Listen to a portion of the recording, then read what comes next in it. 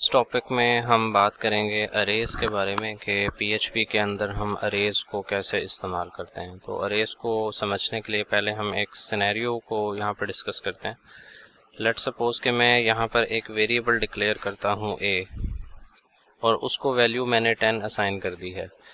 अब अगर मैं चाहता हूँ कि इस वेरिएबल के अंदर मैं एक से ज़्यादा वैल्यूज़ स्टोर कर सकूँ, लेट्स सपोज़ 10, 20, 30, तो अगर मैं इस तरह करता हूँ पीएचपी के अंदर तो यहाँ पर मुझे एरर आ जाएगा, क्योंकि वेरिएबल के अंदर हम एट अ टाइम एक ही वैल्यू स्टोर कर सकते हैं। और अगर मैं इसी काम को कोटेशंस के अंदर करने की कोशिश करता हूँ लाइक 10, 20, 30, तो ये तरीका भी गलत है, क्योंकि ये एक स्ट्रिंग बन गया है। इसमें हम एक से ज़्यादा वैल्यू वेरिएबल के अंदर स्टोर नहीं कर रहे। तो इस इशू को हैंडल करने के लिए हमारे पास अरे डाटा टाइप एग्जिस्ट करती है, जिसको यूज़ करते हुए हम एक ही वेरिएबल के अंदर मल्टीपल वैल्यूज़ को स्टोर कर सकते हैं।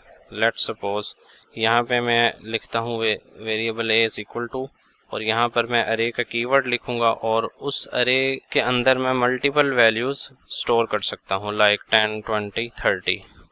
तो इस तरह से पीएचपी के अंदर हम एक वेरिएबल में अरे की मदद से मल्टीपल वैल्यूज़ को स्टोर कर सकते हैं। तो अरेज की अगर हम डेफिनेशन की बात करें तो हम कह सकते हैं कि अरे is an ordered collection of data. इसका मतलब ये है कि अरे के अंदर जो वैल्यूज़ हम स्टोर करते हैं वो एक स्पेसिफिक ऑर्डर के अंदर स्टोर होती हैं। फॉर एग्ज़ाम्पल पहले पहली वैल्यू आएगी, फिर दूसरी और फिर तीसरी। यानी हम कह सकते हैं कि अरे का डाटा कंसेक्यूटिव मेमोरी लोकेशंस पर स्टोर होता है, और जिन मेमोरी सेल्स के अंदर अरे का डाटा स्टोर होता है वो मेमोरी सेल्स एक साथ एग्जिस्ट करते हैं मेमोरी के अंदर। तो अरे का सबसे बड़ा फ़ायदा ये है कि आप मल्टीपल वैल्यूज़ को एक ही वेरिएबल के अंदर स्टोर कर सकते हैं। नॉर्मली अगर आपको 10 different values for example store करनी हो तो आपको 10 अलग अलग वेरिएबल्स बनाने पड़ेंगे, लेकिन अरे के थ्रू आप सिर्फ एक ही वेरिएबल के अंदर वो सब वैल्यूज़ स्टोर कर सकते हैं। अरेज हमें ये फैसिलिटी प्रोवाइड करती हैं कि हम अपने डाटा को एफिशिएंटली मैनेज कर सकें। अरे की वैल्यूज़ को हम आसानी के साथ एक्सेस कर सकते हैं, उनको अपडेट कर सकते हैं और उन पर कोई भी ऑपरेशन हम अप्लाई कर सकते हैं, चाहे वो नंबर्स हों, स्ट्रिंग्स हों या किसी भी टाइप का डाटा हो, उस पर हम इजीली कोई भी ऑपरेशन परफॉर्म कर सकते हैं। तो अगर हम अरे की टाइप्स की बात करें तो 3 तरह की अरे की टाइप्स एग्जिस्ट करती हैं पीएचपी के अंदर। First of all indexed arrays हमारे पास हैं, उसके बाद एसोसिएटिव अरेज आ जाती हैं और लास्ट में हमारे पास हैं मल्टी डायमेंशनल अरेज।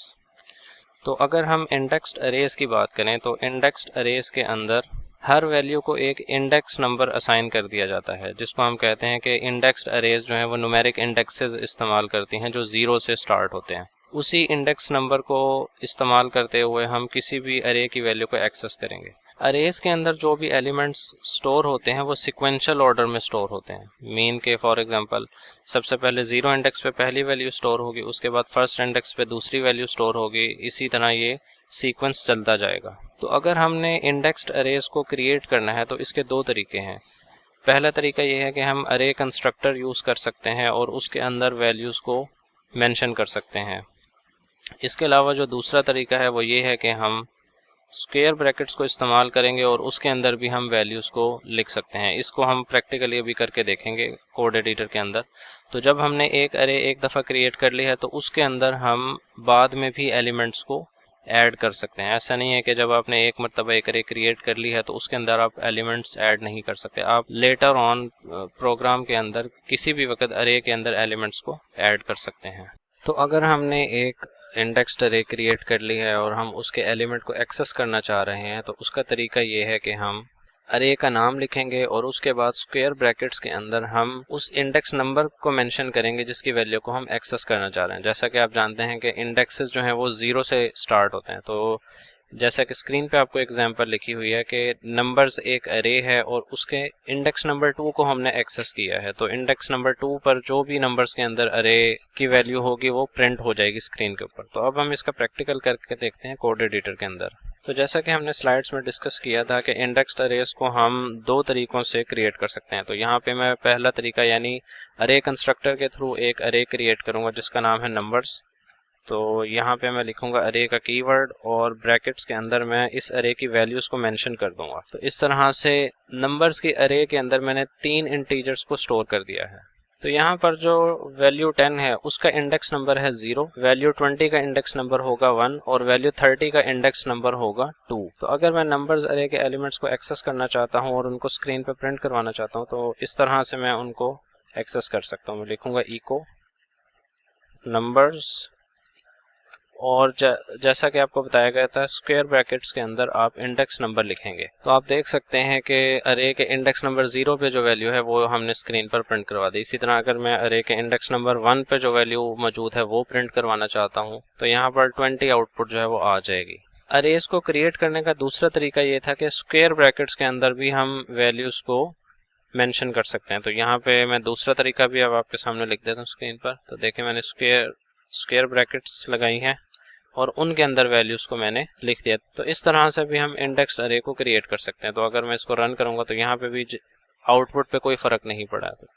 तो PHP के अंदर इंडेक्स अरेज के अंदर हम ऐसा नहीं है कि सिर्फ एक ही तरह का डाटा स्टोर कर सकते हैं। जैसा कि यहाँ पे भी हमने सारी वैल्यूज़ जो है वो इंटीजर स्टोर किए हैं। हम अरे के अंदर डिफरेंट डाटा टाइप्स का डाटा स्टोर कर सकते हैं। फॉर एग्जांपल यहाँ पे मैं एक स्ट्रिंग लिखता हूँ 10 और इसको भी अगर मैं एक्सेस करूँ तो ब्राउज़र पे आप देख सकते हैं कि इसकी वैल्यू जो है वो प्रिंट हो जाएगी, जैसा कि यहाँ पे आपके सामने वैल्यू 10 आ गई है। तो अब हम अगर ये चाहते हैं कि हम पूरी अरे को प्रिंट करवाना चाह रहे हैं तो उसके लिए PHP के अंदर एक खास फंक्शन यूज़ होता है जिसको हम कहते हैं प्रिंट आर फंक्शन। तो अब हम प्रिंट आर फंक्शन के थ्रू पूरी अरे को प्रिंट करवा के देखते हैं। तो यहाँ पे आप लिखेंगे प्रिंट अंडरस्कोर आर और इस फंक्शन के अंदर आप नंबर्स की अरे को एज पैरामीटर पास कर देंगे। इसको सेव करने के बाद जब आप इसको ब्राउज़र पे रन करेंगे तो यहाँ पे आप देख सकते हैं कि पूरी अरे जो है वो स्क्रीन पर प्रिंट हो चुकी है। 0 इंडेक्स पे 10 वैल्यू मौजूद है, 1 इंडेक्स पे एक स्ट्रिंग वैल्यू है जो कि 10 है। इसी तरह अरे के 2 इंडेक्स पे 30 वैल्यू जो है वो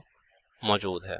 तो आई होप स्टूडेंट्स के आपने अरेज के कॉन्सेप्ट को अच्छी तरह सीखा होगा कि किस तरह से हम अरेज को क्रिएट कर सकते हैं। इंडेक्स्ड अरे के अंदर हम किस तरह डिफरेंट मेथड्स को इस्तेमाल करते हुए अरे क्रिएट कर सकते हैं और अरे के एलिमेंट्स को हमने एक्सेस करना सीखा। और इसी तरह अगर पूरी अरे हमने स्क्रीन पर प्रिंट करवानी है तो हम प्रिंट आर का फंक्शन यूज़ करेंगे।